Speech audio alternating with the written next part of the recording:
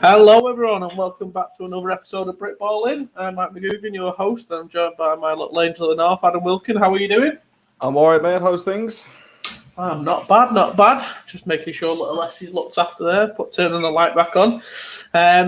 How's everything going on your end? Lockdown kicking your ass like it is mine, or? Stick in my life, mate. Loving it, you know what I mean? Loving being stuck in the house every day. It's class. Yeah, I know, yeah. It's not without its falls, is it? No. Pitfalls. So what we're looking for tonight's show? What's the plan? Big one tonight, mate. Got the legend Russ Hewitt coming on the show, talk some football with us. I know, yeah. Before I was going to say a disclaimer. Russ, to be fair, has gathered more likes on some of our posts than most people. So I think it's a testament to Russ, or maybe it's the fact that he's been about a bit. One of the two. he's either been to too many teams, or he has a massive impact. I'm going to take it's the latter. He must have a great impact. I've seen people sharing it, people commenting, saying he's a good guy, and which is something we don't get. Social media this week of Russ pulling off a cracking little hit from safety. This was shared on social media this week, so that was a cracker. We'll get into it, but I think we've got some. Thanks everyone for joining us. Obviously, it really helps us if you can like, share, subscribe, and all that usual general streaming stuff. But I think you've got something that you want to go through before we jump into the show whilst we can. So yes, mate. So we talked about it a bit last week. So thanks to all our lovely friends over at EP Sports. We have been talking about these play coach balls. Everyone's seen these. We talked about them last week. We love them. They're now live on the EP Sports website, and what they've said, we're allowed to give away 3 of those today. So just to refresh people's memory, what are those balls? So for me, I use these when I go into schools, play coach. As you can see, you can get them in youth size or a peewee and junior.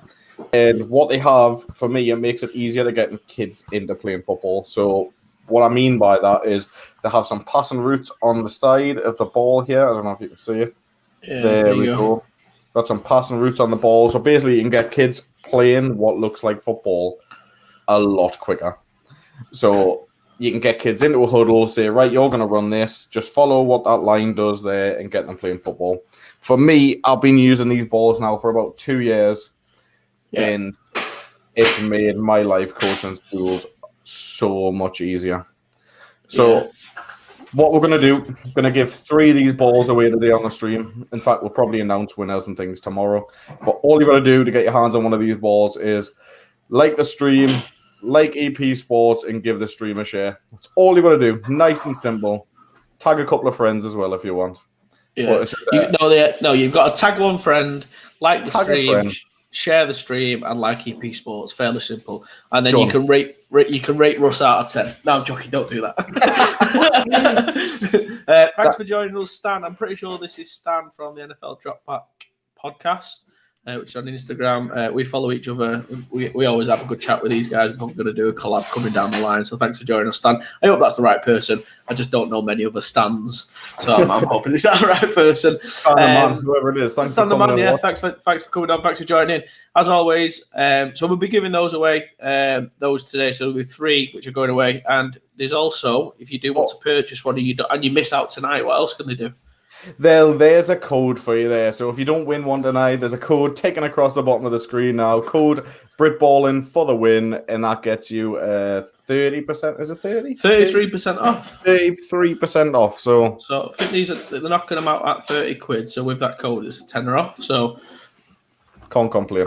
I think if you're going to buy a ball for 20 quid and you're getting into an NFL or American football, or you've got, even if you've got a kid, or, I'm going to get one for my little boy, just because I know sometimes when I was teaching him, it's difficult to go, right, run a 1 route, and he's going, what you want about, you idiot? So I'll run a 2 route. No, it doesn't count, Craig. Sorry, it doesn't count if you tag me. Sorry, you'll have to find someone else to tag. I like your style, though. I mean, it's not just that, though, mate. So, like, if you've got someone in your team that's going into schools, for example, or even if it's just a one-off, you're going into a school to run a session, maybe drum up some interest for your youth or your junior team, or even if it's like a college to get kids coming down to your senior team, whatever it is. You get them playing football quicker by using this ball and not have to go into depth. Once you've got them playing, you can correct the routes. You can fix all of that. That's not an issue. Just get them playing the sport. Get them hooked quicker. That's all I'm saying. And as always with these things, there's a couple of people watching, and I can guarantee 99% of them aren't here for us. But thanks, Mum, for joining that 1%. She's a good loyal fan. That one person who always tunes in to see me. I love you. So we'll jump on with introducing. I've called him Britball royalty because to me he is. I think I was on the fence, and then he sent us over his bio, which said he had won. He thinks he's the only coach who's won at every single level of adult football. And I'm pretty sure, if I know right, he's coached pretty much every level of football as well. So without any more introductions needed, Russ, welcome to the stream. How are you doing? I'm doing well. Thank you very much. Yeah, thanks very much for joining us. You've been, as I said to you pre-show, I think you outliked Vernon Kay this week on our stream. Impressive because Vernon has a lot of fans, so that's really good. He does, yeah. But you're better looking, mate. That's what it is. Do you know what I mean? That's what it is, yeah. I think what is it the show? He does catchphrase. No, it's not catchphrase. Is it? Family Fortunes. You see Family Fortunes. I know. Yeah, we'll see. If he's watching, he was nice enough to invite us along as well. So we've been, a few of us have been over to see him. Oh, yeah. Oh, that's unreal. He's a real good lad. We'll see Russ in the jungle next year, won't we? Russ for the win. Don't spend much time on TV, that's for sure. So thanks so much for joining us, Russ, and taking time out to join us on a Monday evening, and being so responsive on everything leading up to the show. We've joked about it, but obviously I will make a point of it. It's a testament to you in terms of the amount of people who've liked, shared, and commented on our stuff, really commenting on who you are as a person, and dare I say, nothing really to do with coaching, which for me as a coach is the first battle already won. Like people saying, just a generally good guy. And I think unlike Adam, who's not a good guy, if you can get past that initial wave with coaching, especially because you coach as well a little bit of youth, don't you? Yes, I think that's half the battle won, isn't it? So congratulations on that, because I think it's it made me look forward to the show more than anything because of how good of a person you are. So I mean, you said you coached a little bit at youth. I am going to say Russ's Solent team, or Solent, if I'm saying that correct, was probably the only team in the league that made my guys look small because they were huge. Some of them kids. It's changed now, right? It's changed. So we used to be quite big, and my first year in youth, we managed to get to the plate semi-final, and where I lost to a very well-organised Robbie Paulin team from Highland, and that was pretty impressive. We had a big team then. That was that dual years when we could have juniors and youth. Yeah. Now we've changed. Now we're 13 and 14-year-olds. We run a lot of spread and empty and throw the ball all over the park now. So we've changed from the Adam start football to and trying to hang in with the big boys now. I mean, at least you know what players you've got. I can't remember our players, if I'm honest, mate. I see them here on Zoom every now and again, but I still can't remember who they are. Yeah, it's been pretty painful, hasn't it? Not being around them as much. We managed to get some time in just before Christmas, but 4 or 5 weeks in, not been much since. It's a real shame. It's really a shame for them because their clock's ticking. So they're going to run out of years, and that's the most depressing part of it. That's one thing I want to ask you, actually. Sorry, Mike. I think we would probably just jumped on the same question there. Go on. Go on. I'll let you, mate. You do it. My question, being so close to... I know, yeah. Being so close to everything that you've been, and you do sit across, I think, all levels of the sport. What's the chances, do you think, of season coming back, that kind of thing? We talked about it a lot last week, but what's your gut feel for what's going to happen, let's just say, for the adult season and youth alike? I'm not a doom and gloom. I'm always a glass half empty type of person, but it is very difficult to see what's going to happen right here. Losing 2 years is going to be scary, truly scary. And I think it all comes down to how everything else goes. It's going to be everything away from American football. As a club, as a coach at a club level for youth, we try to reach out to a number of teams we could and start planning September dates. Right, if there's a season, excellent, and we'll add some on at the end. And that's been pretty good, but it's only penciled. It's just penciled in. I've heard rumours that the schedule was going to be released and this, that, and the other, and I don't see how they can right now. I don't want to be doom and gloom. You want to be able to hope you can play football, but I just don't know how it's going to happen. So we've been talking to most local teams and just trying to be regional and just trying to get a few teams interested, both U17 or U16 and U19 now. So we plan to play games and we plan to help them out if help permits. And we've been working that, all those restrictions through the NFL Academy, trying to keep them active because everyone has a timetable. They go 1 or 2 years and then they're done. And that's when you get youth, junior. I'm coaching at high school football, and then at university. Those guys ones I really feel for. Their clock's ticking and they're going to run out of time. I mean, what advice are you going to give to it? Like, what would you give to these kids now that are looking to go to high school football in the States or are looking to go college football in the States? What would you say to them now? What should they be doing in lockdown? Because, I mean, I've seen some of the videos of the guys from the NFL Academy, like running with tires, dragging behind them and things, which I loved that, by the way. I thought that was brilliant. That's a two-part question, really. And the godsend is we are not allowed out, we're not allowed to interact. So there's some valuable time management they can handle. Because, I don't want to harp on about it, I don't want to sound like a parent, but if they don't take care of their education, they're not going abroad to university or colleges or anything like that. So the number one thing in these next few weeks is handle what they need to handle, get on top of their schoolwork and project work. I work in a college. We understand that GCSEs and A-level exams have been affected, whether they're going to happen or not. BTEC is the same. They just cancelled them off. We know what happened last year and how bad it was. So my thing to anyone will recommend them making sure they take care of their schoolwork.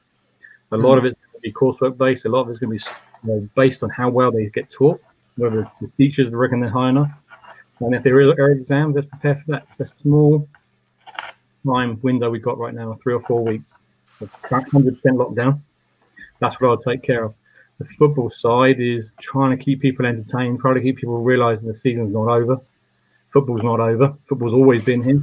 That video you talked about, I was 24 years old, and that was 22 years old, and that was 1996. So football's been going for so long, and it'll always be around. But so schoolwork, if you've got any aspirations, you try and get a C grade, a 4 or a 5 in every subject. That's what your goal is. And if you're not very good at it, just keep working because you only got to get to that 4 grade. And then football-wise, trying to stay in shape, stay safe. For these young people, it doesn't really affect them so much. It's the family, their parents, and then also, and we talk about the Coach Allen talks about the NFL Academy all the time. It's not them as much. They're asymptomatic, so they don't feel they're invincible. But if they can stay in shape, stay ready, and then you work on game film as soon as you can get back to football. That's really it. No, that's. I mean, it's brilliant advice there. I have just forgot though. We probably need to take a back step for people who don't know who Russ is. No one has a clue who we are anyway. I won't worry about that. But do you want to just give? We probably should have done this. We jumped right into the questions. Do you want to give a quick introduction to who you are? Where you've played, where you've coached, and where you're at now, and might give people a bit of an understanding when you're talking about things. What are you talking about? As you can see, my name is Russ Hewitt. I've been in British American football since 1986. So I just saw TV on Channel 4. It's so long ago. It's so long ago that there was 4 TV channels, and Channel 4 was a brand new one.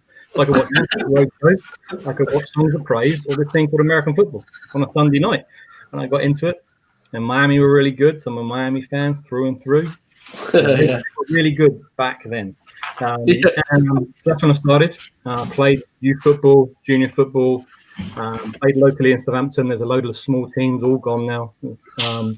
And worked our way up. Played pitted football at junior, and then played adult football. 92, I think, for EC Royals, Southern Sun Devils, all these teams, and then just worked through with basically all these young guys. So you hear about the stories of the London Warriors now, where they came through from a youth team. I know you're in Manchester and Gateshead have had phenomenal junior teams, and that just filters up towards your big adult teams. That's what the Southern Sun Devils were. We were national champions in 2000, junior level. I think British champions 2001 or vice versa. Graham Thorpe was the coach. And we just all progressed that way. So when we all got too old, we built a team in 95. And we played from 95, and the team lasted until 2008. So we played together on the same teams. Graham Thorpe was the first coach who got me into coaching. He got me coaching the junior team in '97, so I've started really young coaching, and I'm still playing. And then he got me into university coaching. I went to Southampton University. He was head coach there. He's won a couple of, I think, 2 or 3 national championships at Southampton at university level. And from there, I got offered the head coaching job at Portsmouth. Now, I went into Portsmouth University with no players, no equipment. I had my own football, and they gave me a table in the Freshers' Fair. That was 2004. They just had a lot of interest, so we built a team in Portsmouth.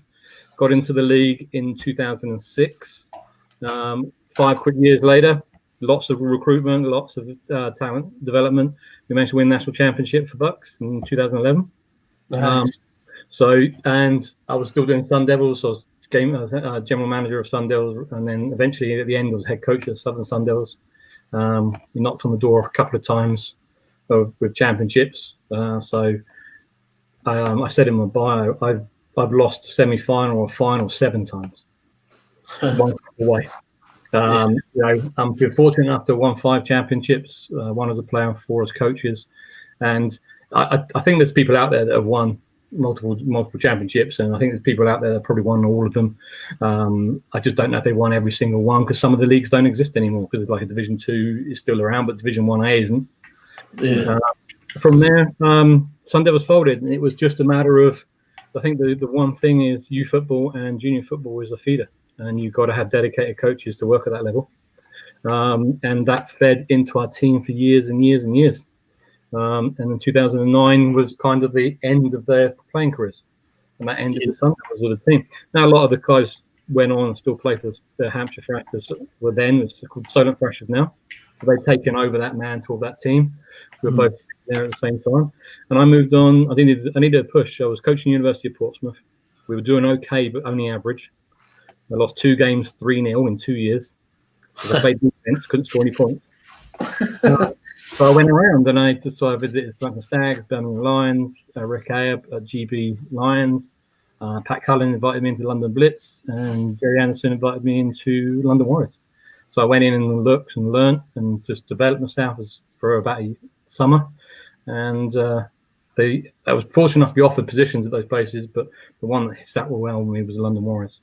He just asked me to come in and coach. Everyone wanted you to be something in something or trying to find a spot for you. He just asked me to coach one day. I coached linebackers one day at youth level, junior level, and then D-line at adult level, and eventually became the running back coach.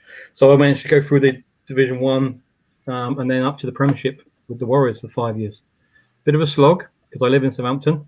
It's 120 miles away from the training ground, so that was 5 hours, 2.5 hour drive each way, twice a week for 5 years. But what I learned was absolutely phenomenal. And it turned Portsmouth from a 3-5 university team to 7-1, 7-2 the following year, and then we went into 11-0, won the national championship. So it really helped me as a development. So did that help as in there was player recruitment from there, or did it help just the experience of that? Most of the experience. It was experience from the coaches, teaching at a level, being held accountable, working with the athletes they have. That was what helped me. The recruitment was more Portsmouth to Warriors, because University of Portsmouth has 24,000 students, and we have some phenomenal. A lot of London students come down to Portsmouth, so that kind of benefited them. And we have some Man Mountains, so I was fortunate in my championship year we developed two D linemen, a number of D linemen, but 2 particular D linemen. From Portsmouth Uni that never played before. One's called James Perrineau, and the other one was called Edison Barris. By my championship there, they were starting nose tackle of the London Blitz and the London Warriors. And they were playing uni ball. Not a bad little D line, that is it really? Right. And then it's the same on the offensive line with Adam McClaw's now GB lineman. He plays Solent Thrashers. Ben Petty's been there before London Warriors. He was on my offensive line, and there's a lot of people, there's actually too many people to name, but there's a lot of people that committed to that. I've got some talented people around me. And the last thing was coaching. So my offensive defensive coordinator came up as well. So we spent 5 hours a day, twice a week in the car together, driving to London. So James Irvin's defensive coordinator, Alex Phillips was the offensive coordinator. They were playing. One was playing O-line, one was playing linebacker for the Warriors. starting and playing. And we just spent 10 hours a week in the car, and this is in all summer. So it's invaluable, right, to spend that much time together. And then that's coaching. And then I've been the president of the Coaching Association. I was the commissioner of the University League. I've been the director of competitions for BAFA. That was a hard time, hard work. But luckily, we've got a new board now. We've got a new board, and that's been 2 years out of that. It's not been too bad. And that just gave me, and so that ended. So my end of the Warriors came in 2013. That drive, that time, and that commitment was really tough. So I went back down to Southampton, became defensive coordinator of Hampshire Solent Thrashers. Solent, keep calling them Hampshire because what they were, but Solent Thrashers. Done that for a couple of years.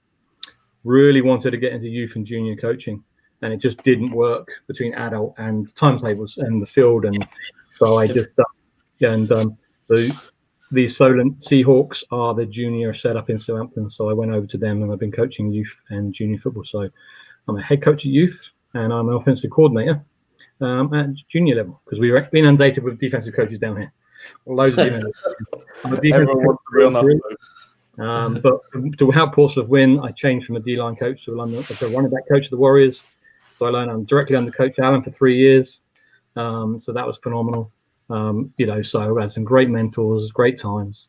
So I'm still coaching, and fortunate enough 2 years ago to be offered a full-time coaching job, the dream we all live for. So I'm now at the NFL Academy. This is my second year, and I'm a linebacker coach. So that's me in a nutshell. Perfect. So the NFL Academy stuff now, that's your full-time job, as it were? Yes, it is, yeah. So we work at Barnet and Southgate College in London, and the students the 16 to 17-year-olds come in up to 18 or 19 for the last year, 2 years. They do A-levels. They can come in and do GCSEs and then do an A-level, or they can do BTECs. We help them with their education. And beside it is the American football program. The NFL supported the American football side. And we've got 85 athletes from all over Britain and Europe that come in, live in London, play, and we teach them. And our goal is to try and get them help to European, British, or American universities. That's our goal. Oh, fair. All right, okay, so that's the goal of it, and they kind of the plan for that is to get them to play. And I'm right in saying the NFL Academy haven't played any games or anything yet, and No, right? We had some game schedules. Coach Allen had some game schedules with the NFL end of last summer, and we hit lockdown. Obviously, we're now not far a year off this, or 10 months away from this now. So it hit us so we closed down on the 12th of March, 13th of March, I think the Friday was. A couple of weeks before it already hit, to make sure everyone was safe. And we had games lined up and interactions and friendlies and stuff for the summer, and we just couldn't get back to them. We're in full flow for games this year, of 2021. But again, we just now need to make sure we get healthy, travel windows are available, travel corridors, and try and get some games played. We've had a couple of questions come in here. Yeah, look, get off my questions, you pinch them every week. Right. So had this from Stan. I'm an advocate of moving away from power offenses in the UK. What led you to adopting the spread as your style, and how have you had success running at a youth level? So for us, was really a network of people that we work together with. So everything's come around from developing who the Seahawks were. We were lacking in some of the players coming to play for us because they thought we were the only link to the Solent Thrashers.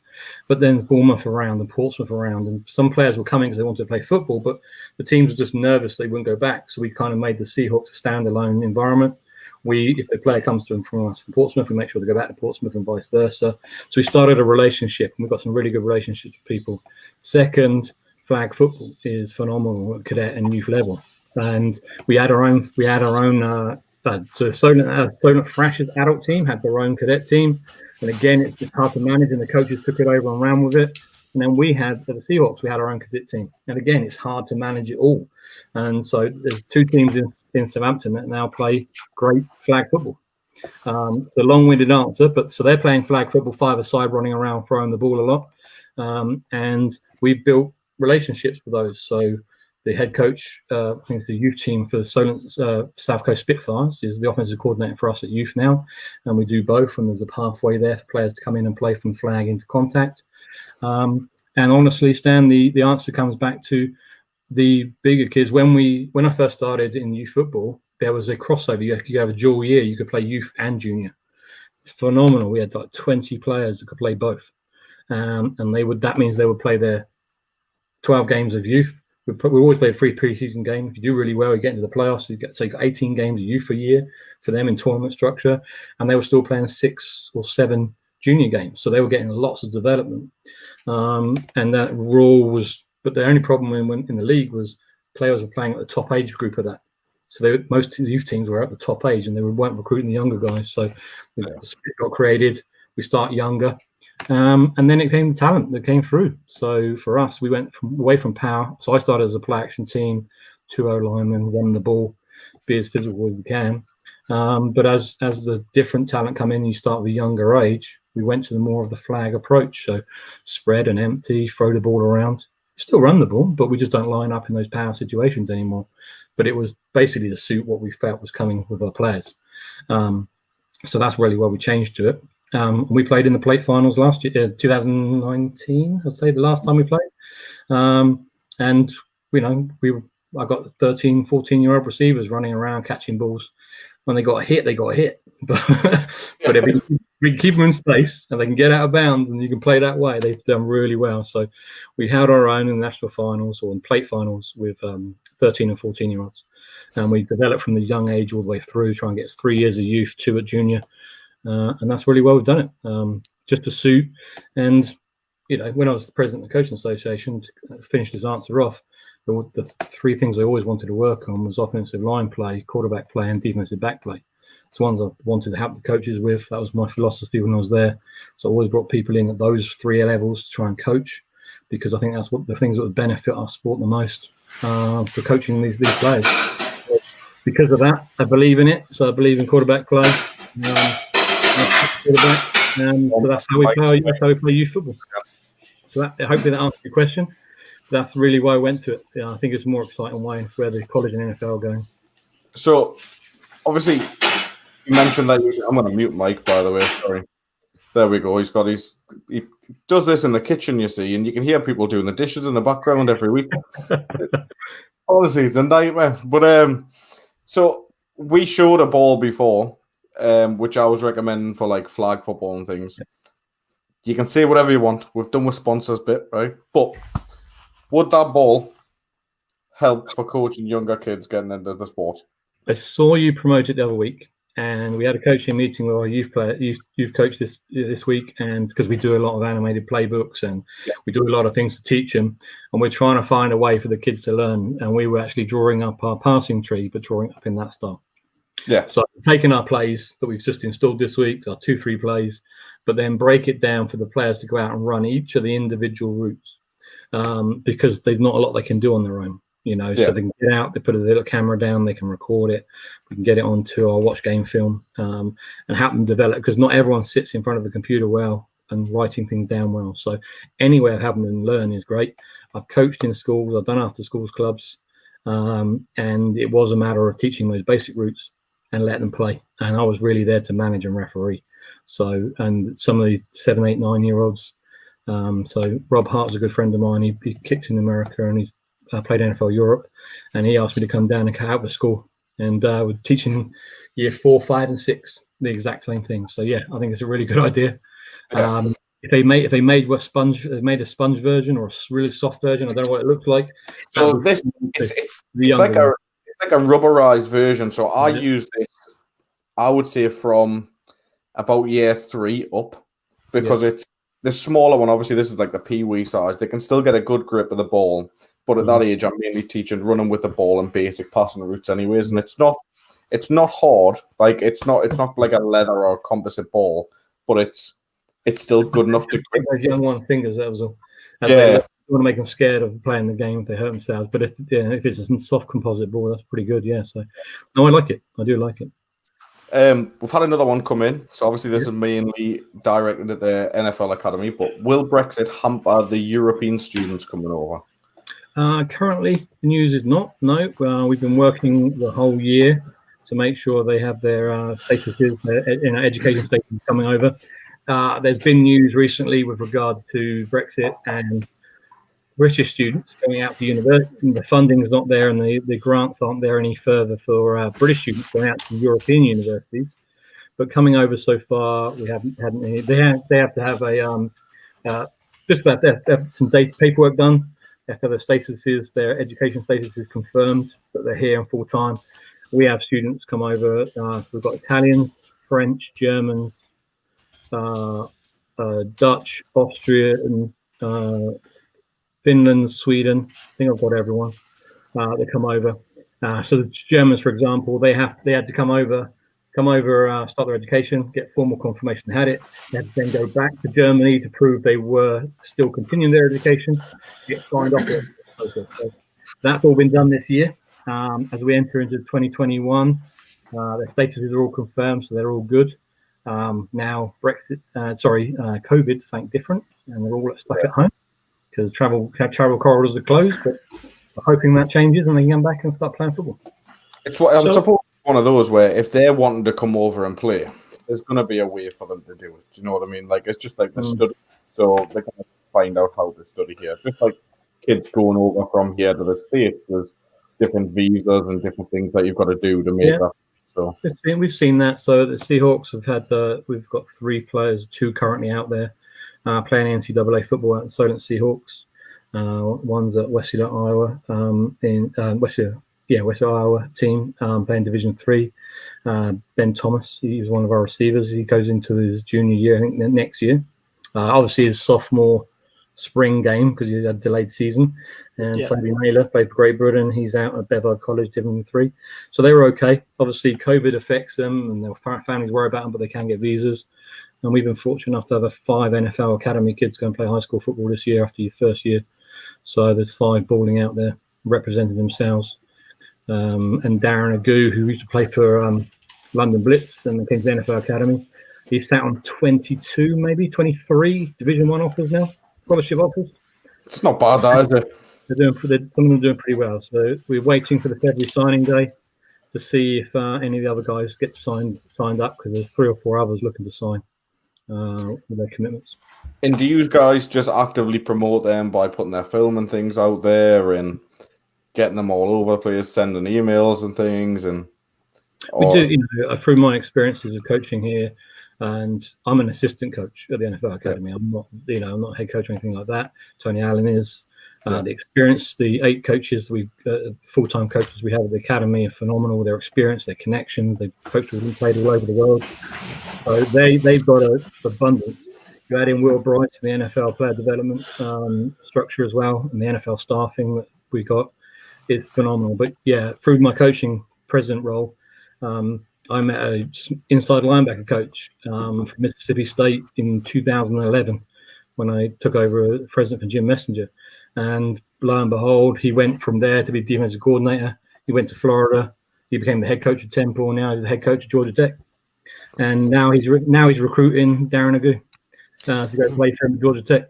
And send him a message for us. Get him on the show, will you, Russ? Come on. And I was blessed this weekend to sit on one of his coaching clinics in America, because obviously he's just been Africa this weekend. So those are people that I know his wife, met them, spent a lot of time with them. So that's the connection you have. And through those years, Jeff Popovich came over. We've had Lance Taylor over. Obviously, Rich Wurzel's out there, and he's offered 2 of our players. He's at Akron. So Norman Navarro's at Kaiser University College. That's an NAIA school. So that's the connections we have. Just myself and who I know. But yeah, we prepare these guys for America. We help them with their film. Everything's filmed. I mean, everything we do in football is filmed. Every practice, every install. We get for a lot of reps. So they got game-like film without playing games, because it's practice stuff. It's not games. And then we meet with the NCAA. We have weekly meetings with the NCAA. Make sure our eligibility is good. That's why I know so much about the education side with American football and how you get to America. And I'm not alone on that. There's a couple of coaches to take care of that. And we just make sure they're provided and supported. Last of all, we just had our NFL Combine. And so there's a company called the Underclassmen Report. And they basically run the the Under Armour USA All American All Star Game. So if you see the All Star Game at Christmas for high school kids, that when they commit on the game and Deion Sanders and Ed Reed's coaching, well, the Underclassmen Report and this company that we work with run that, and they came over and set up a combine last year, and now taught us the combine processes. We film, so everyone's information at the NFL Academy gets timed, recorded, filmed. Film all the combine testing, so you can't be lying about someone running a 4.5 or a 4.6. Put it all on film, send it out, and that goes to I think 87 of the Division 1 schools, and it goes and it's available to any coach. We teach them their education processes, their character development, and how they recruit themselves, because a player can recruit themselves, get themselves recruited. We support the families with that, because it is Coach Allen preaches it's a three-way combination. It's the coaches, the player, and the family, to make sure the kids get through the school, because they are student athletes. So that's what we do. It's a bit of a sales pitch, I know, but we want to make sure these guys have a great opportunity of whatever they want to do in their careers. And if it can be American football and get a free education, we'd love that to happen. And there's a lot of British opportunities now, British university opportunities. We've sat down with a number of British universities about recruitment of the players. Quite a few have been offered. So if they don't go to America, they'll be doing great things in Bucks football. I hear there's one in the northeast, mate. That's a good one. I think it's Sunderland or something. I know the head coach there. He's a good guy. Like, he'll sort you out, man. Like, you need to sit down with us anytime. We have 85 kids a year. If they don't go to America, they're still going to be pretty impressive British American football players in a few years' time. I was going to say, because that's one of the best things. I mean, it's one of the things we have not stumbled across through doing the show. I mean, I've been new it. My knowledge of that side of football was really limited. I think I went into the first one of these saying, "Bet you can't wait to get him in the GB team." And from Neil McMaster, the GB head coach, and he was like, "They don't come to me." Why would they? I was like, well, that's the pinnacle, because from adult football, that's it, isn't it? You want to go and play for GB, represent your country. And so, yeah, the more and more, I think if anyone's watching has been with us the whole time, we are learning that, unfortunately, it's about, for these younger kids, not feeding the adult team, not feeding that. It's feeding themselves and feeding their families moving forward, and trying to look for a way in which to get your education paid for. We all know how expensive student loans can be. And I think the fact that American football, this small niche sport, could offer that opportunity is it's nothing short of amazing now. So a question there from Marty Johnson. I think we've already covered that. I think he's after that. The other way. I was trying to play the other way. I'm not 100% sure on that, to be perfectly honest with you. Because I work at such a young age group, they're trying to make sure they maintain their amateur status before, so they have a great opportunity to go on to play in NCAA, because they can't play professionally or semi-pro. I would hope it's been okay. It was okay this last year, but that would come down to how they're living, and it's not going to be as easy. It's not going to be flying over anymore, but I couldn't honestly say, Martin. I'm sorry to say, I don't have any knowledge on the Brexit side that way. But you mentioned, Michael, you mentioned Nelly. I'm fortunate enough to be on Nelly's coaching staff at GB Junior Team. Yeah. I started as like I said before with the Warriors. I started as a D-line coach. I was be the U17 D-line coach and coach these kids and teach them some things so they get up to junior team and roll on a year. And I'm now defensive coordinator for him. So I have great fun with that too. So I keep very busy with American football. I was going to say, Mike, I'm pretty sure we've got her on a recording somewhere. Nelly offering us to go down and do something as well, mate. I'm pretty sure we've got that recorded somewhere. No, I think the recording was him rescinding the offer. It was. As a younger guy, the best way to get qualified for coaching in the UK, I meant to get my level 1 last year, but COVID messed that up. The first thing, Stan, is there's a process to do some online learning, and the BAFCA support that, get a full support with the USA football. There's some youth and tackling information on there. So it's your part 1. It's like the online part of your level 1. There's some really good basic stuff on there, but it's not limited to that. I've redone mine, my youth tackle, to stay current. I've gone through child welfare elements of coaching and developing myself to understand all these different things. So I think it was a 10 video segment I had to go through, multiple questions to get a certificate for a number of things. So that's online. So my connections all come from Twitter. Every American coach is on Twitter. So I've linked myself to as many Division 2 schools and Division 1 schools as I can. Thank the coach for connection. Yeah, there you go, BAFTA.co.uk. If you go on there, you can get a link and you can set up a free USA football as well. So that USA football gets you a free coaching opportunities. You get subsidized. If you play, say you're under BAFTA, you get subsidized certificate opportunities with your to work towards your level 1, and a lot of that's been done online. And so Wayne Hill is the president there. Pete Laird is heading up the 10-year coaching vision for BAFTA, and we meet every couple of weeks trying to get to a vision of moving things forward. So BAFTA is the best place to go to get information, but they're definitely doing a lot of things online under COVID, and then some face-to-face teaching as you build up for your coaching education. But there's so much out there now, and I started playing before the internet. Someone 2 years older than me was a better player than me, and he was our head coach. It was that type of thing when we started out. And the highlights we saw and talking about is our dads on top of their vans filming it with their home big cameras. But there's some great footage of us playing. Now it's so much stuff online, so much stuff on YouTube. I spent this entire last week going to bed at 4 a.m. and sleeping till 11 and starting my day. I'm on East Coast time right now because there's been so many clinics on, and it comes from now through to about the end of March. So 2 weeks time, I've got one with Nick Saban, which should be good fun. So some of the Alabama stuff. So there's some really good stuff you can do online. I mean, if you want to share the link to that one, Russ, I will do. I'll send across. I can send you. So something you've got to pay for. I was on one this week. I was on this one this last weekend with called the Lawrence First and Goal Clinic. They normally do clinics in America, so they normally do stuff like that.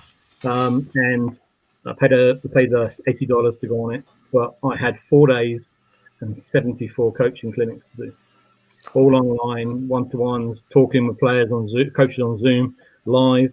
Africa was the week before. That was $100 for the entire year. Lots of clinic films, but that was pre-recorded, so it's slightly different. But these ones, Zoom, you sit live on. So I sat with Jeff Collins, James Franklin from Penn State, and then right down to some amazing high school coaches. So yeah, that's how I've learned. But I'll send you over some information, different clinics so you can sign up for. Oh, 100%. And what we'll do as well, we'll get them out there to everyone as well, because it is something that everyone should be. If you want to coach, something that people should be doing, it triggers you, and then reach out. What happens in America is the coaches out there are open. So Jeff Collins is on this call with all these high school coaches, said, if you're ever in Atlanta, it's an open practice, open meeting rooms, and they are open. And they go to each other's universities. They're not scared. When it comes to pre-season, they close the doors and it's football, but you can go out and see people. And I think if you start reaching out to British coaches, there's a lot of people out there who love talking football, right? Yeah. There is opportunities. So I'm sitting down with the Army defense, the new Army American football team. I know Abraham Day really well, and sitting down just talk football with the defensive coaches. And I've done a few recently with some young coaches. So I would say reach out to people I can't speak to everyone, but I'm happy to talk to anyone football. These guys are going to have to kick me off. These guys are going to need an exit plan to get me off this call later. We're good. No, but do you yourself have like a coaching philosophy when coming to coach, like a position or as a coach in general? Do you have like a philosophy that you stand by wherever you go? So the philosophy and the culture. So the philosophy is the philosophy really revolves around the coaching is teaching and understanding. So it's plain and simple to the core. The foundation of them learning how to play is you can teach them, but they have to physically understand as well. And we want to develop players. That's the number one thing that I believe in. That's why I've taken. So the NFL Academy, I'm pretty blessed. First year I had 15 linebackers in my room. This year I've got 14. So out of those 15 in the first year, 9 of them had never put an American football kit before. Two of those young men ended up in high school in America after 9 months. So if you develop people, and that's the coaching philosophy. Everyone talks about family, but we don't talk about it as a big family. We talk about it as like you said earlier on. It was forget about me, I love you, and that comes from Rutgers.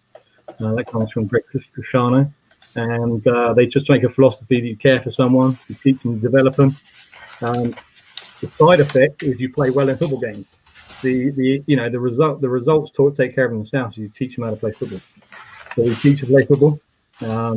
It's been what I've learned to do. When I was a younger coach and I started at the University of Portsmouth, I was early 30s, very angry coach, trying to control everything because of what I didn't know. But as more I reached out, so Graham Thorpe helped me, Tony Applesmith helped me in the early days. I mentioned Pat Cullen, Jerry Anderson, Tony Allen, all these coaches that mentored and helped you along your pathway. I had a great starting coach when I was playing called Jim Roberson, absolutely phenomenal coach. These guys helped, and then you develop within, so you develop your program. And I learned through those 5 years at Portsmouth how to develop a coach, how to develop a player. I became better, a little bit more in control. I stopped shouting people less. So my players that played for me at University of Portsmouth, some of them were a bit intimidated by how I coach, but they won't believe how I coach now because I've changed so much. I've mellowed as I got older. So that's really the development players is number one to answer that question. Oh, fantastic. So we've just had a question here. At what point during your 5-year journey with Portsmouth did you think something big could happen? Year one, we had a 2004, 2005 as a development year. We got an associate game played. We went with 18 players. All right, we played Oxford and we lost the game, but we managed to play going into the league. And the first year we had 41 guys. So 5 coaches, 41 guys, having a great time. And year 2, don't know what happened because we only won 1 game. We're in Portsmouth. We didn't have no field. We played a home game in Reading from Portsmouth. We played a home game in Plymouth. And we basically just got our games done. And we went 1-6-1. We got a draw. We got an overtime win. And then year 2 rolled round, and we had 75 players. With only 5 coaches. It just exploded through recruitment. We just got a name out there, and it all happened. So then that was second year. Third year, we was like, we can't cope. We didn't have enough kit. We had to have 3 practices. We had to have 25 guys, D-line, O-line, and kit. Take it out, clean it, put them in the linebackers and running backs in it, and to do that with 5 coaches, we built this coaching staff. So I think the third year was when we started to develop. We went 4-4, we didn't quite get it, and that's when I went to the London Warriors. So that's really, I think the question is really year 2. So yeah, year 3. Year 2 was exciting. Year 3 started to roll. 4, we only lost to Hertfordshire. We lost to Solent Redhawks, and in the league game, and that put us into the other half of the semi-finals. We had travelled to Hertfordshire, lost there, so it was 7-2 that year. And then the following year, the guys just did not take no for an answer. They came out in pre-season, considering we've been to 1 playoff game, didn't win it. They came out in pre-season, told the league that the outcome's already determined, we're going to win the whole thing. Yeah. In Uniball, and in the old days of all the forums, not internet, but it's still internet. Yeah. All the forums, I started talking shit from pardon my French. They started talking God knows what from the first week of the season. But we stood our ground. They played up to it, and we raised that trophy. So it was pretty impressive. I used to hate those forums. Horrible place to it. The rule was don't go on the forums. Yeah. But apart from people who went on the forums. Like I said, I was an angry young coach trying to stop them doing what they wanted to do. But I had some pretty dedicated individuals that just wanted to go for it, and we did. We played Adams stuff, but we played power football. I played in the bowl game against Birmingham University. They're spread, throwing the ball all over the place. We were 3 backs, and we threw the ball 3 times. One of them was a halfback option. Crazy. I mean, pretty good times. That era of football was a little bit like that, though, wasn't it? That university football, because you had Sheffield Hallam and That was kind of like your big semi-final, weren't it? Hallam and Portsmouth, because as I was getting into it, I remember that being the gig. I was going to mention you just then. Chris Peel, he lived in them bloody forums. His name was Brenda. Yeah, he went with a fake name. Yeah, it was an IP address, wasn't it? And then people searching who your IP address was, where in the country you were, who was talking rubbish about it. Old school stuff. I don't mind, and then the adult league forums, you got banned if you said anything naughty. Now we're on the Facebook world, just all vanished, all gone, not needed anymore. I know, yeah. So that was it. It did seem like a strange time, because I know we was terrible at the time. I used to play for the Huddersfield Hawks, but we adopted that run heavy. It just seemed the right thing because you was playing on boggy pitches, and I was always told you can guarantee to run the ball, but there's too many variables when it comes to passing. So run the ball and just do it well. We were really fortunate setting up because everyone was dual universities, right? So you could be Solent and Southampton playing on one, and the Manchesters were probably together, and so on and Sheffield. Yeah. So we got told, and so Portsmouth, I was well excited because I got the Naval Academy. I could have a bunch of Navy and Marines playing for me on ATM. But we were told, don't do it, just stay institution. And luckily we did. So we rode through that as a single institution and just built. The guys just embraced physical football. I think it's the thing that got them in. We had some absolute monsters. We played some physical football defensively as well. Jesus Christ, we played 8 games in our regular season. We scored 382 points and conceded 14. Yeah, 8 and 0. So, how badly did you kick off with those 14 though? Well, that's the regular season was absolutely godsend because we played against a double wing team. And we played it as hard as you physically could, and we won the game. We won the game handsomely, but they scored 14 points, and that set us up perfectly for when Sheffield Hallam came down, because Sheffield was so much better than BNU, but we'd already seen because it wore us down. Double wing wore the hell of us out. What year was that? 2011. So Gary Marshall, if you're watching, it was old then. Stop it now. Right?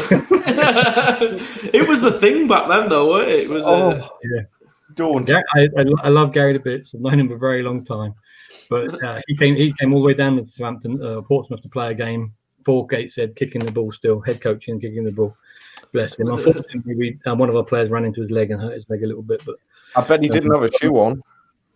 I don't know. He was barefoot. He used to kick the ball. Right, he had to go all the way back to Gateshead with a broken foot. Unbelievable. Yeah. Double wings getting some love. This might be the only show that ever gets spoke about. But I used to play defense and play against every training session. It's a horrible thing, but it did used to help us.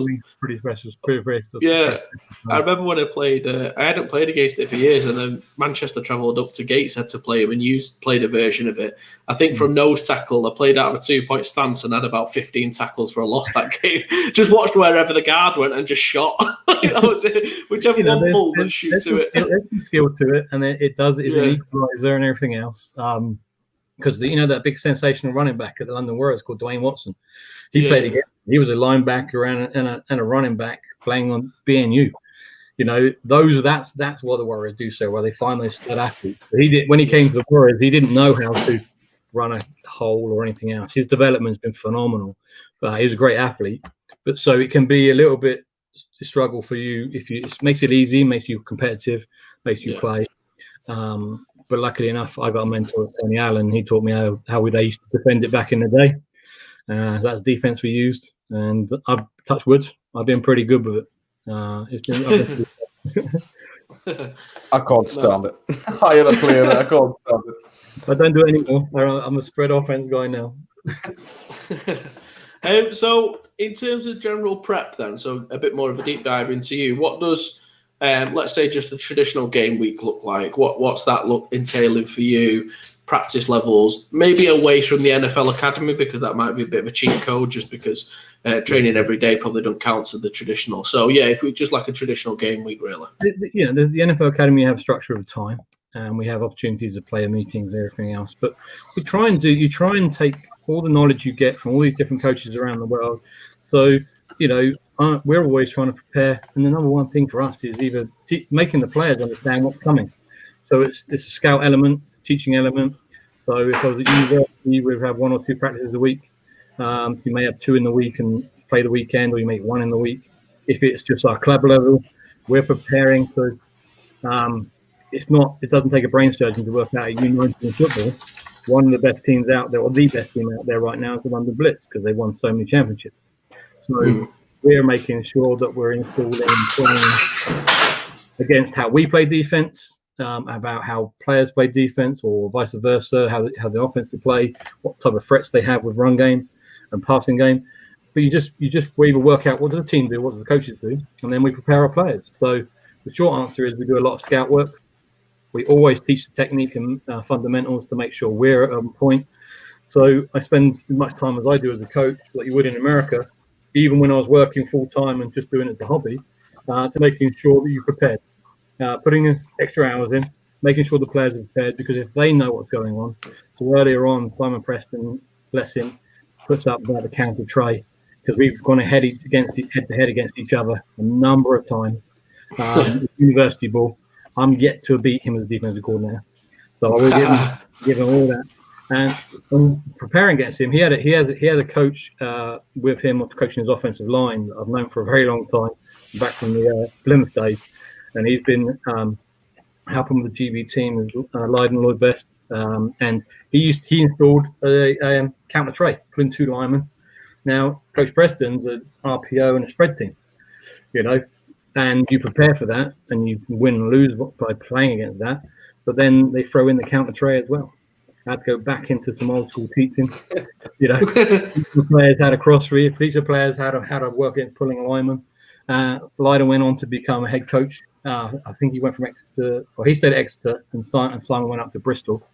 And we were playing Bristol first game of the season, and you turn around in pre-game and go, "Uh-oh, Simon Preston's running the counter too," because they're running. You have to quickly install your players and teach your players and remember from playbooks before. But so really back to your question, is preparation is the key. So we would come to practice, make sure the players are individually taught for individual time. Yeah. Get rid of the element of fundamentals, get rid of the sort of teach, but also do corrections from previous weeks and previous time. So you build up your installation, build up your install with regard to what they're trying to teach. And then we do an element of preparation against scout. So you're making sure that they know what they're about to see. I said it on a talk I've done a little while ago. The number one thing for these players, and I'm a defensive coach, is teaching them how to see and what they're looking at. So you've got to spend a lot of time with them. Coach Wise, John Wise, would be able to pull up a link right now and tell you about how many times you've got to practice something until you're good at it, and something like that. He said, I think it's 10,000. He's told us before 10,000 times. Yeah, 10,000 professional. And we get them once or twice a week, and at the NFL Academy, we get them 3 times a week. I know we have 150 reps a day at the NFL Academy because of the way we practice, but that's taken a long time to get anywhere near that. All right. Yeah, exactly. Yeah. The number of players you have, so you've got to spend as much efficient time as you physically can. So we're prepping them always about who we're playing next, preparing and structuring our practices based on the season. We're in pre-season mode right now, so we're teaching the installation of our playbooks, offensive and defensively, building it with layers and teaching them as they go, so they have a confidence in what they're doing. But that's the number one thing I'll say is the amount of preparation time the Fed put in as a coach. So I would watch every single game film of every opponent I could ever find. I would draw up every single play I see them run. I would clip that. I would note that and draw it all out. Work out what the play number on huddle, what game film was. Put that on the picture. And from doing that little bit of work, and I learned it right reading a book about Bill Belichick. Bill Belichick would make his coaching staff draw out in a pad and pencil every play of every game, every movement of every player, how they work and what they do, hand it in, and then he would send it back with post-it notes if they got it wrong. That's how we taught them to teach and develop, and were they doing things right and weren't they doing things right. So that's the things I've learned. So I'd use that in my scout mode. So we then hand those sheets to the players, and that becomes their study time. So they can see, they run this play 18 times. They run this play 6. Well, that's 25% of their offense. So let's make sure we take care of playing against that, run against that, how formations they can play. So that's how we teach. That's how I teach football defensively and offensively. I do it South Scout. So we run the play. I watch the film. I draw it up. exactly how we ran it, depth and positions and everything else. And then I corrected him with red marker pen like you were at school. If they didn't run the field, and hand that back to the players. And Coach Wurzel taught us you can spend a lot of time in it if you want to, but Coach Wurzel spent us, was it efficient or wasn't it efficient when you watch game film? Just add a column to your game film. Add a column to it was first and 10. Was the first down play efficient? All right, it was 3rd and 1. We only need 1 yard in that play. If it was efficient, you're going to spend too much time on it, right? So he would emphasize 2 elements. One element is making sure you're correcting your errors as well as teaching. So we would then, that's what I did offensively. So we make sure we go back over anything that we continually got wrong until you can make it into an efficient play. And to spend time developing on that. So that's how I spend my time. That's what I do pre-game. That's what I do in the weeks leading up to the seasons. Yeah. And just making sure you're accountable to the players. And I've done this a number of years now, 17 years of coaching, but I've done 31 seasons. And the player will ask, they'll turn around and go to you, why do we do this? Or what's this? If I don't know, I'm going to go away and find out. And that's what you have to have. You have to have that type of passion, I think. Because then the players believe in you. They don't make it up. We're trying to make sure if we don't know, we try and learn it so we can teach them because it's about them. Perfect. Unfortunately, that's not all we've got time for. We've got loads more time, but we have been joined by our, as pre-warned, by our Monday trip down Soccer AM Lane. We've got Britballin Tubes is going to join us. So anyone who doesn't know, Britballin Tubes joins us every Monday, and all he does, he can ask a guest to anyone on the show. We have no insight of what it can be, what it might entail. So it'll probably, pardon my friends, be a little bit shit. But here we go. Britballin Tubes, you've got one question and one question only. Thanks for joining us. What's your question? Who's it for? All right. Well, this is a cracking start, isn't it? Yeah, go on. This is brilliant. Yeah, and his internet's crap as well. You coached every level, junior, youth, uni, and adult. Which do you find to be the most receptive age group and then the easiest to coach? I'll translate that into English. So for anyone who didn't hear, Russ, you've coached at every level, which is the most respectful. Is that right? If you give a nod. And easiest to coach. Oh, crikey. Most respectful. The most respectful, the easiest one is the young'uns, is the youth, because they're sponges. So I'm definitely in the place where I want to be right now, coaching youth and coaching high school football, 16, 17, 18-year-olds. It doesn't take anything away from what I got from learning from the best in the country, the Premiership level, because they challenge you physically and mentally. They challenge you to set it off. We built a culture at Portsmouth that was phenomenal. But right now, and I've worked through the different levels, but right now, youth football, coaching 13 and 14-year-olds, like the guys have said, have aspirations to go play in America. They want to go to the top level, and they're sponges. They do exactly what you ask them to do. It's not about control either. It's about they just want to know to get better. So the most fun I've had is definitely currently coaching at this level, this age group.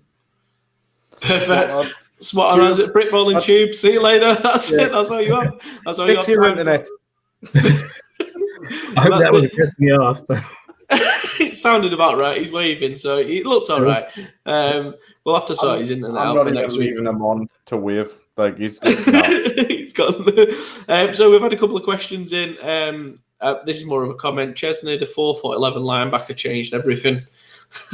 I'm assuming you have reference to that. That's one at University of Portsmouth. One of my losing 3-0 games, Chesney was a graduated at Portsmouth, Brighton University.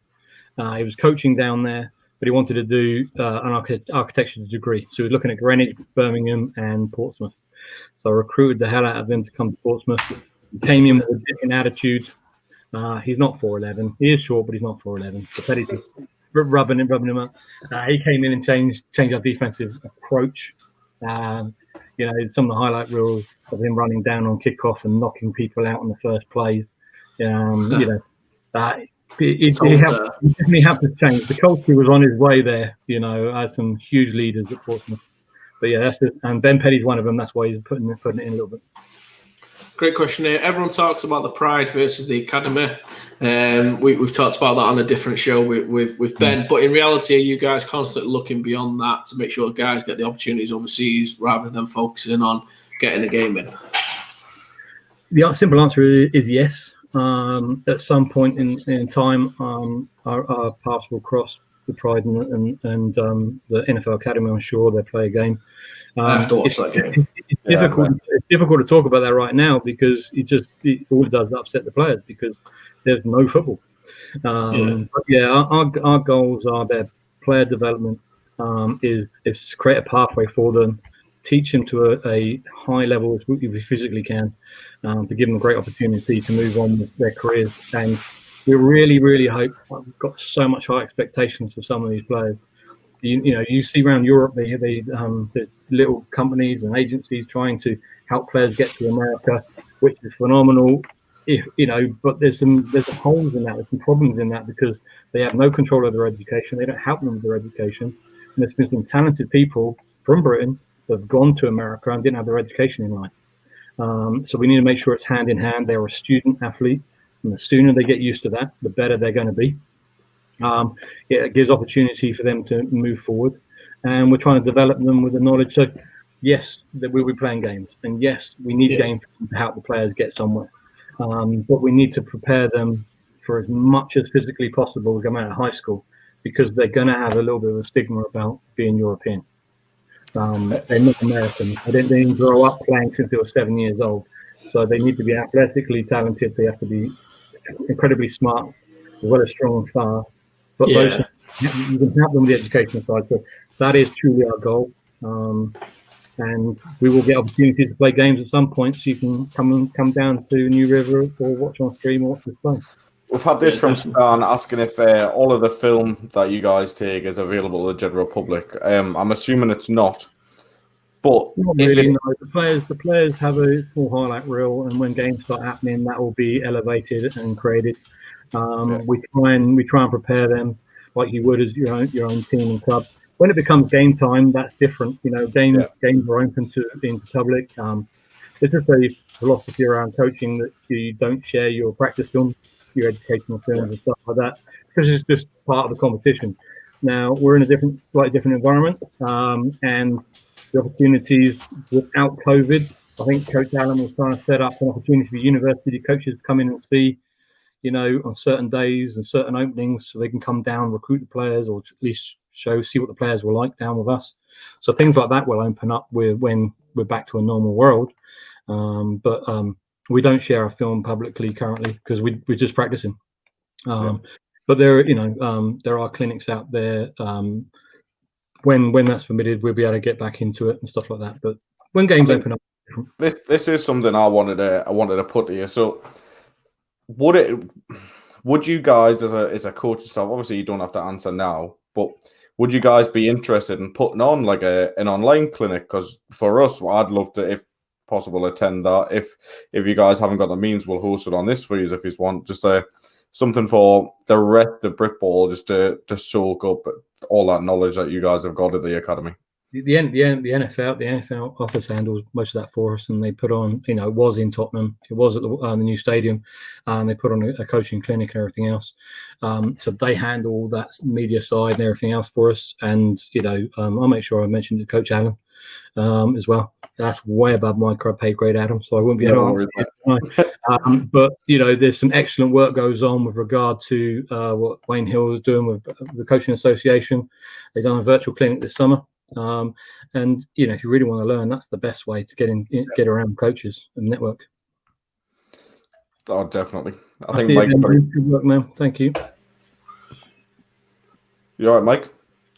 Yeah, go on, mate. I thought you was pulling up another comment, that was all. Oh, I can pull up more comments. I mean, here's one. No, don't do that. We've got one here from Keith. So, what's the best way to handle player rotation? Well, they said all along. Thanks, Keith. I said all along that youth football, we believe in development.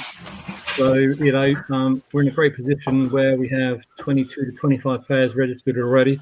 I know we're not in a situation we've got a season guaranteed, but we believe in development. So, and Coach Jeff Collins reminded me from Georgia Tech the other day. He said that it's not a depth chart. Are you above the line or aren't you above the line?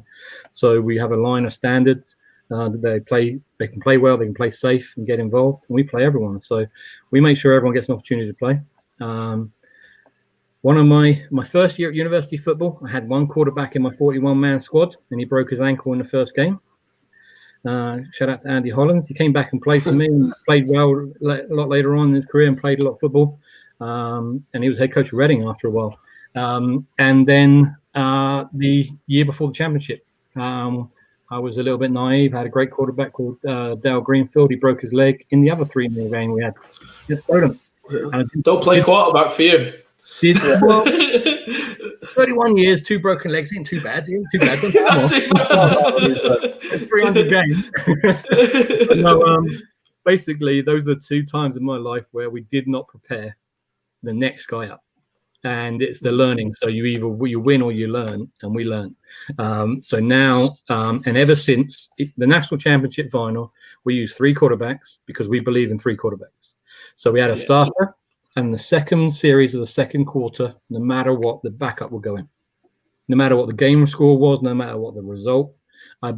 Because if you have 2 players battling to play, you've got 2 players competing. All right. And if you have 2 players guaranteed game time, the third guy is going to hang around and want to play and compete. And in that game, we traveled with 59 guys and 59 players got on the field. All right. We won the championship game by 1 point. We didn't blow anyone out. All right. We won 2019 and we played all 3 quarterbacks. The worst that can happen, we believe, and it's what I believe in. Worst could happen is 3 and out and you punt. All right. Now my backup quarterback fumbled the snap on his first possession. He fell on it, and we've got through the series because the nerves and everything else are playing in a final. But every time we play, everyone plays. Now you earn it. You earn your start. You earn your play, but you have to develop people. And if you compete and you put them in a competition environment, and there's opportunity of someone playing at least a series, and if that series was good, you get more time later in the game. If that series was so-so, you can play next time. But you got to make an environment. So I truly believe in that. And I've gone with 2-3 quarterbacks if I have them every year. And at youth level, we've got a 13-year-old, a 14-year-old, a 15-year-old, and a 16-year-old. And you've got to keep them going and developing and put them up for the system. I suppose the clever thing there is I think you mentioned putting him in the second quarter. So worst case scenario, he has a quarter where nothing happens. It's better than going, he's the 4th quarter when the game's on the line. They still learn, they get that life game experience, but your starter can always go back in, can't they, for the second half and do a job if needs be. I've learned to coach, and I've learned to help coaches coach in the game. So I'm more of a hands-off coach now. I've got 2 little great coordinators, even at youth level. When I say little, it's just little 5-a-side football. We've got 2 coordinators and let them coach.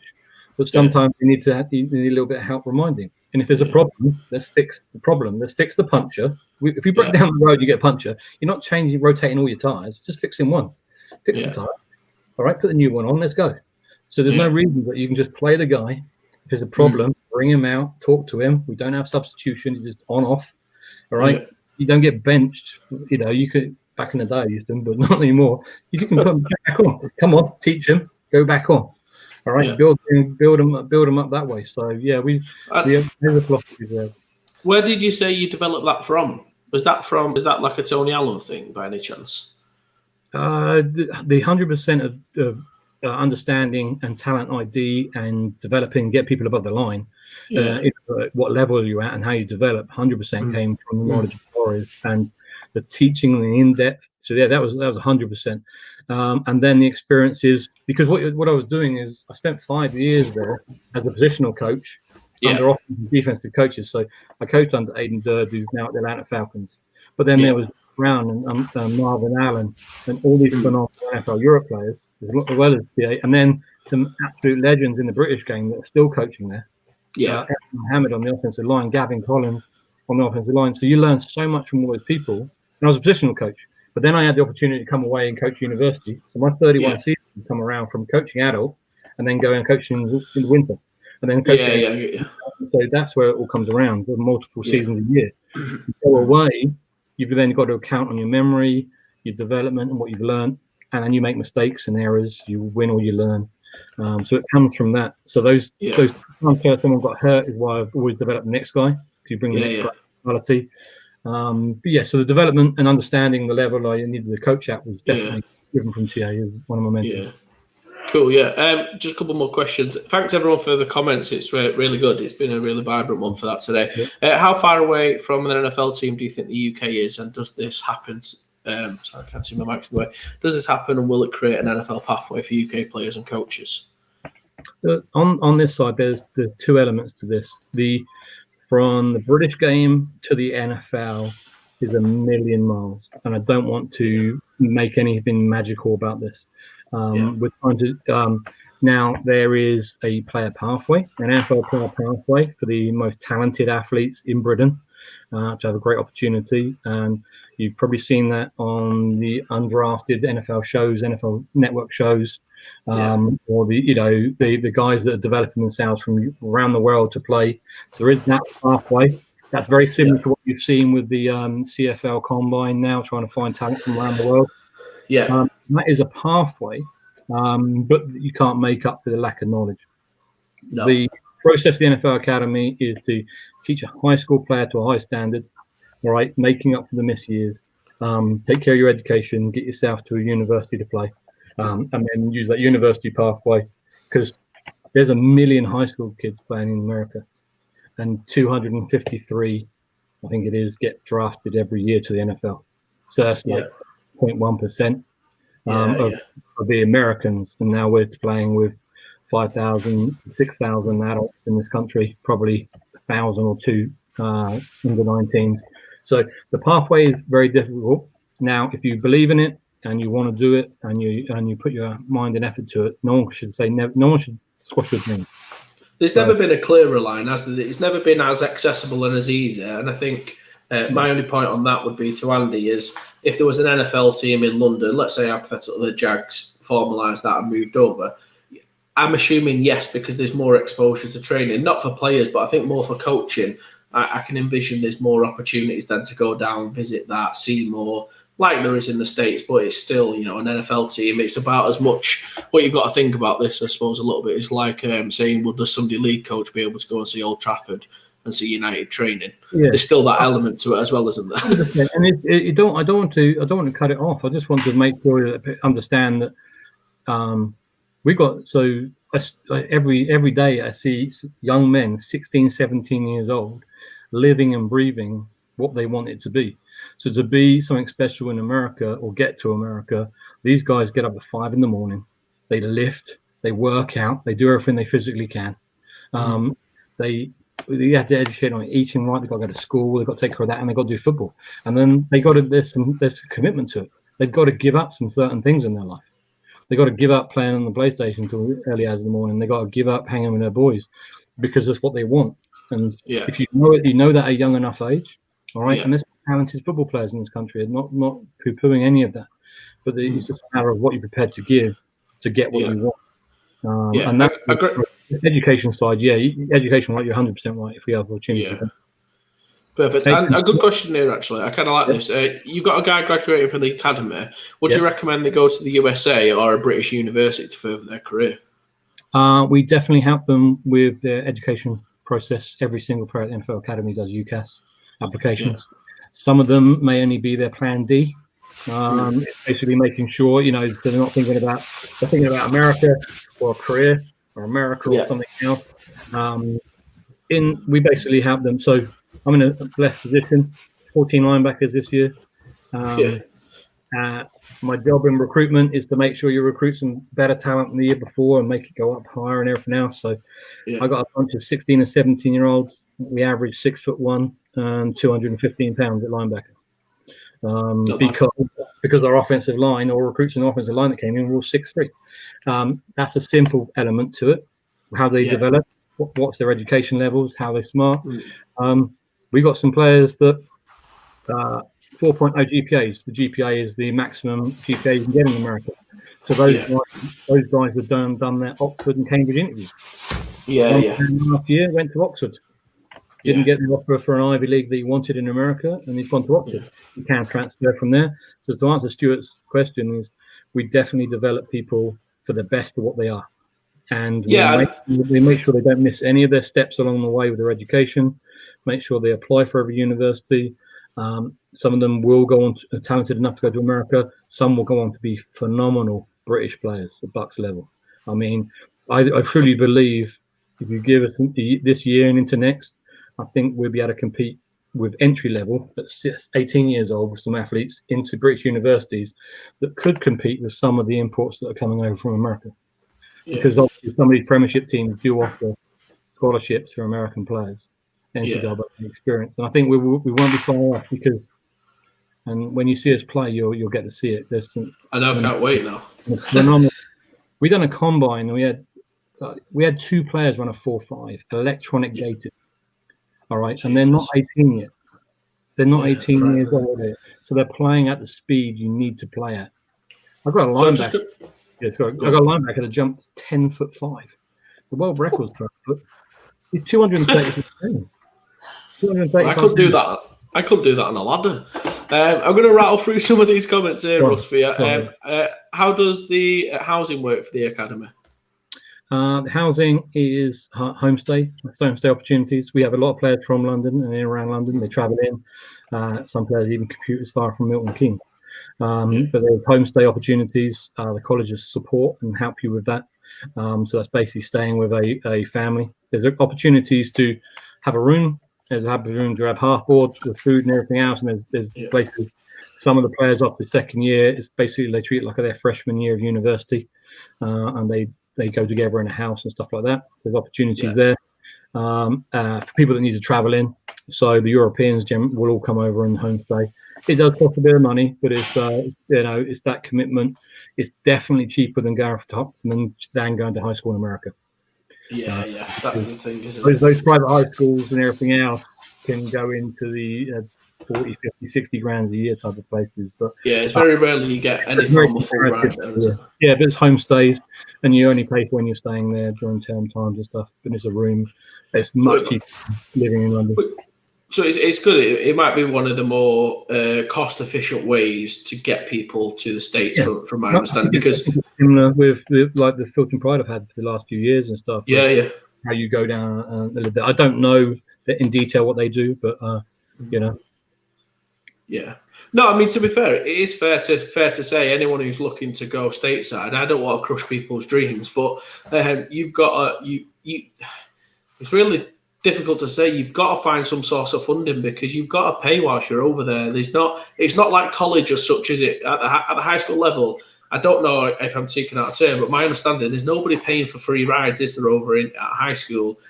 Best scenarios. There's no such thing as scholarships at the high school level. There's no rules around how people can get bursaries or support funding. When it's NCAA it is, and then we target our players to play Division 1, Division 2, or NAIA, because those are the ones that offer scholarships to try and support players get funding to go to America because it's a phenomenal amount of money. No, it is. So I just don't. It's harsh to be the person to burst bubbles, but if you sat there at home thinking, "Oh, I'll just go over to high school," like your mum and dad better have some coin, or you better find some way of getting some support. I've had British coaches contact me and say, "Can you talk to my player? He wants to go to high school in America." You try and talk to the player and the parent because the young man's, because sometimes young men and women that play around the world, but they can have aspirations that don't match. And the young man didn't understand that you have to live in the town to be able to go to that high school. And you have to live with someone. You want to go to this high school. And I'm like, do you have any family in America that you can stay with? Because that's the high school you need to go to. Stay with them. And the high school wrote to him. I tried to help him a little bit, but they said, you can enroll. If you live in the area, you can enroll in the high school. And if you're high school, you can turn out for the 100 players to turn out for the high school team. So he didn't realize it was not a scholarship opportunity. But there is that option. If you have that opportunity to go to America, then, if you've got family there, then maybe. But we feel this is a very comparative way of doing it. We do believe this is a great opportunity for them. So we've got a lad that's going over to the States this year to go play high school football.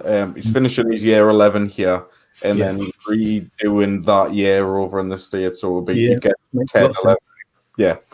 And basically what he's having to do is go through a private school, and he's got in on an academic scholarship, so the funds come down for his academic. He doesn't get it for his athletic ability. Yeah.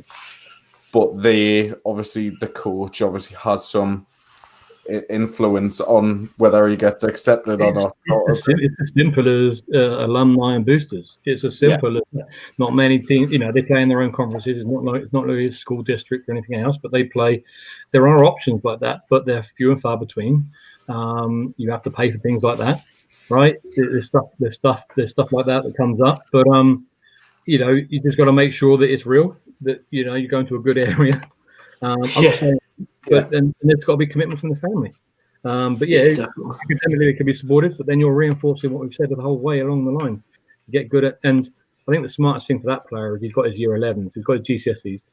So he's got something to come back to, because the one thing that people don't realise is we come out of college at 18, they come out of high school at 18. So we're 16, we got a high school graduation. And then you go do A-levels, and then you can be higher educated. So that's how the GPAs can improve.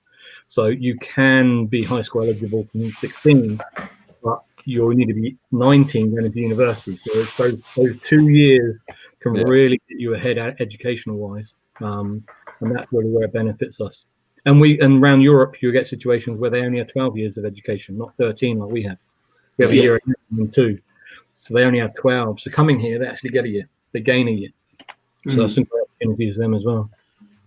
Yeah, no, really useful. Cheers for that.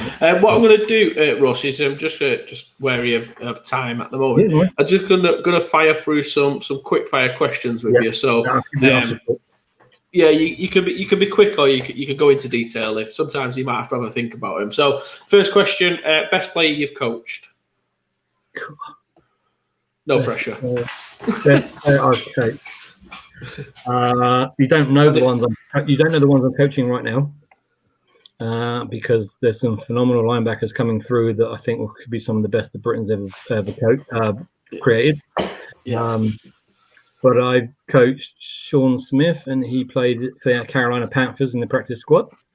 I've coached Toby Naylor, Carolina. He played there under the player pathway process. Phenomenal player, was a teammate of his as well, because when I was younger playing. I've coached Toby Naylor. I had some phenomenal university players, too many to name. I don't know who asked that question, but I'm imagining one of those players, one of the players that I've coached has probably asked that question. It's one that we ask for everyone. I was like, so I'd say Ben Thomas, Toby Naylor are out in the States right now. So they're ticking that box. Sean Smith from back in the day, along with his buddy Dale Powell and Russell Goodall, they were pretty good junior youth players from back in the 2000s. And now I've got some phenomenal linebackers coming through. And I don't coach the other positions, but there's some phenomenal players coming through from the NFL Academy. I mean, scary. Was you at the Warriors then when FA was there, or was that just after you? Just after. He came in just after. We get to see him every year whenever he comes over. He lives just north of London. He comes down and sees and hangs around the guys a lot. So I've got some stuff like that. We get a great experience with him. That's the blessing of the NFL Academy. When the games are on, the amount of people that come through, coaches, even Roger Goodell comes to practice. Pretty special when you get stuff like that. FA's been around. He's been around the players for so long, because obviously he went to trials. It was Team FA, he went to Team Juju. So some of them he does a Big Kid Foundation in London, and that's where some of the players came from. So he has a great. Just hoping for FA's sake that he gets his contract this year. Well, he should do. He's played well this season. He pulled out, didn't he? So that's what we can hope. I'm going to say every time he's on the pitch, he seems to get a pressure. He's so unlucky though, because I'm glad he got lucky with a few sacks this year. But last year, watching him, he gets so much pressure, but someone else. You're now tuning into the Carolina Panthers podcast by Mike McGill.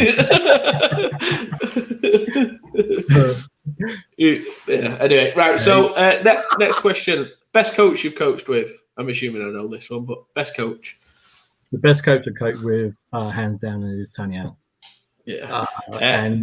And I work as hard as I work, because hopefully one day I may be able to come up to a level near him, because he's phenomenal. But there's some phenomenal coaches, Marvin Allen's a coach that I learn from every single day.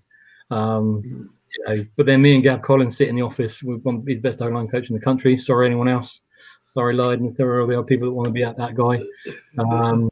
But you talk and you interact every single day. So there's been people along the way. If it wasn't for Jim Roberson, one of my first coaches in the South Coast, I probably wouldn't have had this type of knowledge and understanding.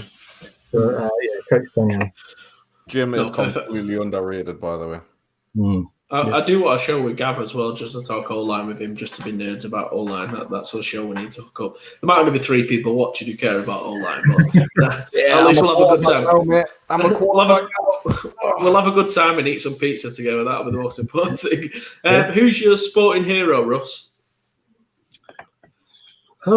Probably it's cross between either Dan Marino, because we'd have grown up watching him play, or Deion Sanders. I played defensive back, and played nothing like Deion. Those old school players, I know for the younger people that are watching the stream, probably those 2 sporting heroes, I think. Not the worst memory, but your most embarrassing moment in football. That would probably be just a simple youth game, playing. I don't know what it is about us down here in the South Coast, but we seem to get a regular season game against one of the national champions every bloody. And it was Cobham. Cobham had 2 teams, a blue and a white team, and their blue team were phenomenal. The year they won the national championship, I think it was 2017. And so Lewis Benzie was on, one of the Filton Pride quarterbacks, played GB. We had a game where we were chasing. They tied it up to be 26-26, and we had a minute left. And we scrambled upfield, got to the halfway line, and I asked him to spike the ball, and it was 4th down. Oh no! We didn't line up correctly, and I said, "Spike it!" And he spiked it, and it was 4th down, and we turned the ball over, and the game was over. So the national champions in the regular season to 26-26 tie. So the only reward left of that is they were 11-1 that season. 11-0-1, sorry, 11-0-1, and we had the tie against them. So the only blemish on their 100% record, undefeated season. So it should that was very embarrassing. So we've learned. So in that scenario, we have a play, we have the word, and you say the word, and everyone knows what they're doing. So that never happens again because we learned. We didn't win. We learned. we being the proverbial Rustler. Yeah. So that's that moment where everyone looks at you and goes, "You told me to spike it." Yeah. Lost count of the downs. I lost count. That's my worth. I couldn't do quick fire questions about a couple of Miami ones. So Dolphins or Gators, you can only keep one. Dolphin or Gators? Dolphins. I hate the Gators. I'm a Hurricanes fan. And I've got some good friends at Florida Gators, and I've been there a number of times, 3 times, seen the facility, and I met Dan Mullins. But Mike's not a big college fan, you see. I don't know if you can tell. If it's Hurricanes versus Dolphins, then I'm probably going to lean towards the Hurricanes because I bleed into green and orange. Fair enough. For the record, that didn't come around to Portsmouth because of me, but the players picked it for the logo. Right, okay. Yeah, sure. We stole it from Sheffield, yeah. If anyone you must like the old Gateshead youth kits then, because we wear the Hurricanes youth kits. Yeah, I'm a Miami Hurricanes fan. I just don't like orange very much. It doesn't suit me. It doesn't go in my wardrobe. Tua or Fitz? Tua. I would take Tua over Watson right now. And I know that's controversial. There's a lot of talk about Miami giving up all their picks and sending Tua. Watson. That's because we got the first and second pick from Houston this year. So we were sitting there with the pick 3, 18, 35 and 50. So they're 4 picks in the top 50 picks. So I think it's like the Moneyball movie. They're trying to get their picks back. Yeah, just around Tua. Just take the 2 Alabama receivers, or the Alabama receiver and the running back, and then you'll be fine. Or maybe the Oregon offensive lineman, Penny Seller. He may be a good addition. But let's see who wants the 3rd pick. Is anyone in the NFL draft want to come up with the 3rd pick? Yeah, it just depends if the Jets don't farm theirs out. But, we'll see. Charlie Wilson, yeah, I see. Yeah, where have you been? Charlie Wilson's played for Bristol Aztec. I had a bit of a run against them when I was defensive coaching, so we won't beat them 11 games in a row. I think it was. I think that's why Charlie saw. They wore orange. That's why I don't like orange. I don't either. Tamworth wear orange, so yeah, I hate orange. Back in the day, the final nights they used to wear orange when we first played them. When I played them at youth and junior level, so that's where the orange hatred came from. Then it was Bristol. I like Jason. I'm not going to say anything bad about Tamworth. No, it's just I have to not like them. It's my job to not like them. Don't worry about it. I actually like all of them personally, but why not for the stream? So this is our favorite question we always ask. You kind of got asked it, but this was one about if you had to only be able to coach in one now moving forward for the rest of your life, would it be youth, adult, or uni football? Probably stay at the youth level. I think I'll be more impactful there. I think I can pass the knowledge and teach, and I think that'll be it. Very adult. There's nothing wrong with adult. It's just the guys, because the teams can get better and better and better because the players' knowledge and they stay with you longer. I just at times, even when I was playing, at times it didn't seem as important to them at adult level, and there's nothing wrong there. Some of them do. Some of them it's just their pastime and their hobby, and they start with you there, mate. Yeah, so there's nothing wrong with it. It's just that's why I love coaching you. That age group is phenomenal. I wish I'd be more inclined to really want to get. I'm 90% sure when I get into coaching it'll be youth. I just want it to be 11 aside. That's all. That's all I need. Very tough, and that's the biggest thing that Nelly was talking to you about.